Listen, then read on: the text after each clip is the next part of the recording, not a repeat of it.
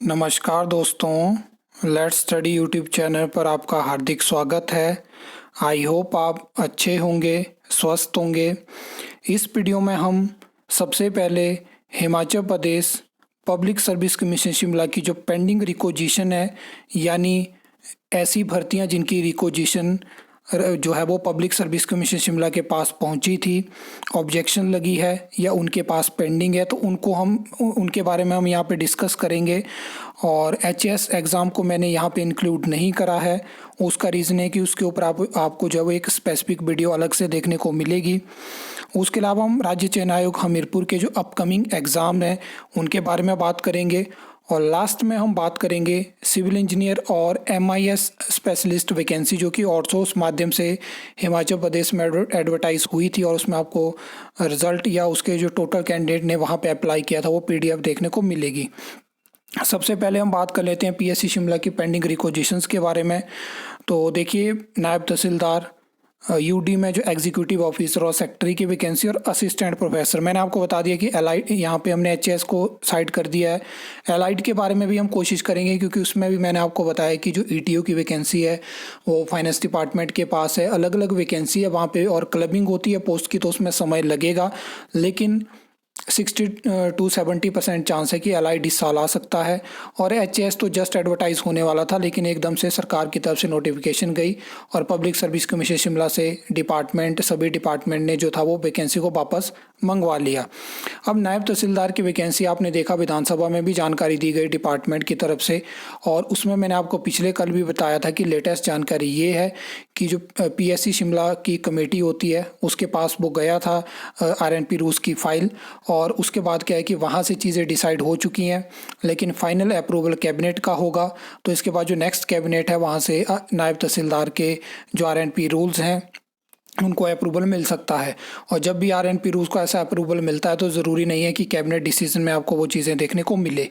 अब executive officer और secretary की वैकेंसी भी जो था वो पब्लिक सर्विस कमीशन शिमला के पास पहुंची थी, लेकिन उनकी फ़ाइल भी वापस हुई है, और उसमें भी ये है कि बहुत जल्दी इसमें भी आपको नई वैकेंसी देखने को मिलेगी। और पीएससी शिमला पे जो नई वेबसाइट पे जो नई चीज़ें उन्होंने बदली उस पर काम चला था। उम्मीद है कि 10-15 दिनों में कुछ नई वैकेंसी पीएससी शिमला से देखने को मिल सकती हैं।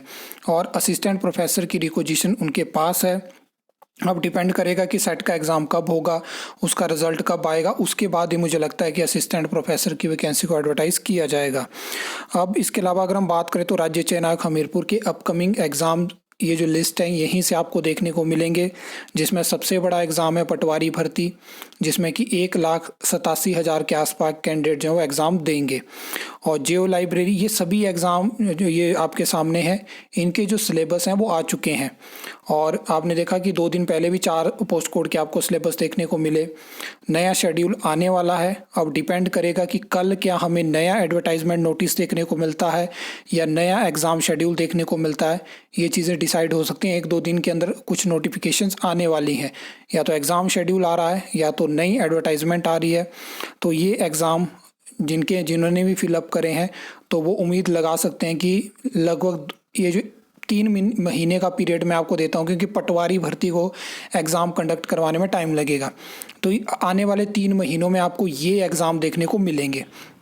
जेओआईटी भी है, लेकिन जेओआईटी का भी सिलेबस नहीं आया हुआ है, तो जब तक सिलेबस नहीं आता तब तक आप प्रिडिक्ट नहीं कर सकते हो कि कब आपको एग्ज़ाम देखने को मिलेगा। लेकिन जेओआईटी वाले जो एस्पायरेंट हैं उनको भी तैयार रहना है, कभी भी सिलेबस आके विदिन 30 to 40 डेज़ में आपका एग्ज़ाम कंडक्ट हो सकता है। अब नेक्स्ट अगर हम बात करें तो अगर आप HPSC-DC की वेबसाइट चेक करोगे तो वहाँ पे आपको ये एक पीडीएफ, मतलब जैसे आपको पता होगा कि हाई कोर्ट के ऑर्डर के बाद जितने भी कोई आउटसोर्स वैकेंसी हिमाचल में निकलती है, तो जब भी उसका रिजल्ट आना होता है तो उससे कुछ दिन पहले एक लिस्ट अपलोड होती है, जिसमें कि पूरी डिटेल होती है कि कितने कैंडिडेट ने अप्लाई किया था, कौन सी पोस्ट थी। अदरवाइज़ तो कुछ पोस्ट का पता भी नहीं चलता था। अभी आया हेल्पर में आपने देखा और उनकी ज्वाइनिंग हो चुकी है। वैसे ये देखा मैंने कि सिविल इंजीनियर और एमआईएस स्पेशलिस्ट और यूडी के लिए ये एक योजना, एक स्कीम है जिसके तहत ये रिक्रूटमेंट हुई होगी, लेकिन मुझे इसकी जानकारी नहीं थी और मैंने अपने चैनल पे भी ये शेयर नहीं करी थी। हम वेट कर रहे थे यूडी में जो आउटसोर्स वैकेंसी के लिए दिसंबर में इंटरव्यू हुए थे कि वो रिज़ल्ट आएगा, लेकिन अभी क्या है कि जस्ट लिंक वहाँ पे डला है, इसमें पूरे स्टूडेंट के नाम नहीं है। अदरवाइज़ वो भी मैं आपको दिखा देता कि इतने स्टूडेंट ने जो है यहाँ पे वॉक इन इंटरव्यू दिया है। अब देखते हैं कि कल या परसों तक क्या यहाँ पे डिटेल आती है, क्या क्या चीज़ें होती हैं। लेकिन फ़िलहाल ये वैकेंसी भी हिमाचल प्रदेश में आउटसोर्स माध्यम से निकली थी। आई होप आपको ये वीडियो अच्छी लगी होगी, इन्फॉर्मेटिव लगी होगी। तो वीडियो को लाइक कमेंट शेयर कर सकते हो, चैनल को सब्सक्राइब कर सकते हो फर्दर न्यू अपडेट्स के लिए।